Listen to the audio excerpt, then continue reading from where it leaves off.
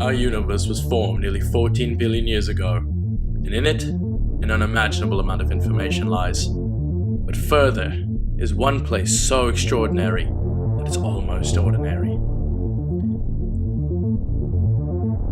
Earth, the initial frontier. Over 4.3 billion years old, though only a small part of our universe, is home to over 87 million species, and to take control of this place would mean to be godlike. Sorry, there's something in my throat. Of course, all of this information I've told you thus far is Googleable and has actually been Googled by me 15 minutes prior to making this video. But you're not here for that, I hope. You're here to learn how to take over the world. How to take over the world in 9 easy steps. Before we get into how, first we need to unnecessarily figure out why you need to do this. Let's analyze the paragon of world leaders. Here, a prime example of world domination, Genghis Khan by Mike Snow, which takes 6th in the alternative rock This, Genghis Khan, the Khan of the Mongolian Empire, which was the largest empire in history. Much like the drivers of the massive trucks that cut me off in rush hour traffic, Genghis Khan was clearly compensating for something. His height. Similar to Napoleon Bonaparte, Alexander the Great, and Vladimir Putin, you have to be 5'7", clearly a prerequisite of controlling the world, is being short. Wait a minute.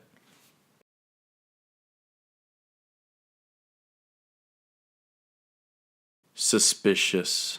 Anyway, though we do know that correlation does not necessarily imply causation, it does stand to reason that most of these figures had severely tough lives. Similar to Spider-Man and Batman, Genghis Khan's father died when Genghis was only 10 years old. Wait. He didn't lose both of his parents.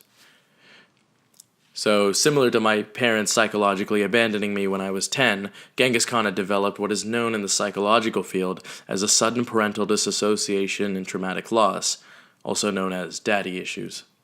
Someone like Steve Jobs had to prove his self-worth by being the only one to actually dominate this world. Oftentimes, these future rulers had to take very large risks, for example, killing your older brother to get a hostile takeover of your father's company.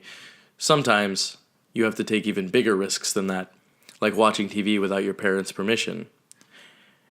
It's really hard to compare the true courage of these two individuals, so don't look too hard into it. It is important to have great goals and values like Socrates.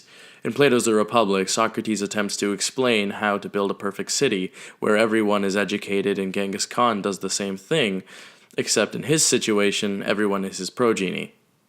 Additionally, be sure to allocate all of your important resources, as Genghis Khan utilized the bow and arrow as his primary weapon of choice, mainly because bamboo is only effective for feeding pandas and making more bamboo, and occasionally disciplining children. He also utilized silk as armor that his soldiers would wear, and arrows could easily be pulled out of the soldiers' injuries, and it was also much better a way for wiping away tears than iron. Basically, what I am saying is that silk is a better material than iron as an armor, so Genghis Khan did in fact build the better Iron Man. Nowadays, though, the only good use we have for silk is artillery, gunpowder, and bicycle tires. And through using these resources, you could conquer new lands and make yourself royalty. However, among this greatness, you should still support all of these groups within your society, or similarly, Genghis Khan supported peasants, merchants, and artisans, and they all loved him for that. He was religiously tolerant as well. He looked to the religions like Islam, Buddhism, and Christianity, but not Taoism.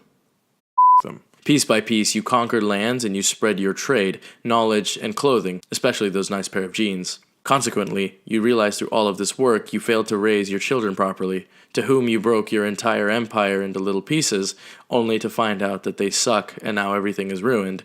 Your empire is now vanquished like it had never started in the first place. But it was a good run while it lasted. So I'll list it all out in steps in case you've forgotten. Step 1, survive birth. Step 2, end up losing your parents. Step 3, never give up. Step 4, discover smarter ways to win modern warfare and gain world allies. Step 5, napalm your enemies. Step 6, unify all the lands you conquer only to lose them later. Step 7, discover new ways to manipulate the enemies and resources that you conquer. Step 8, end up taking over most of the world. Step 9, survive off your 401k. Or for short, Dunestens. Frankly, I haven't been able to come up with a better acronym that can record it all in order, but when I do, I'll let you know.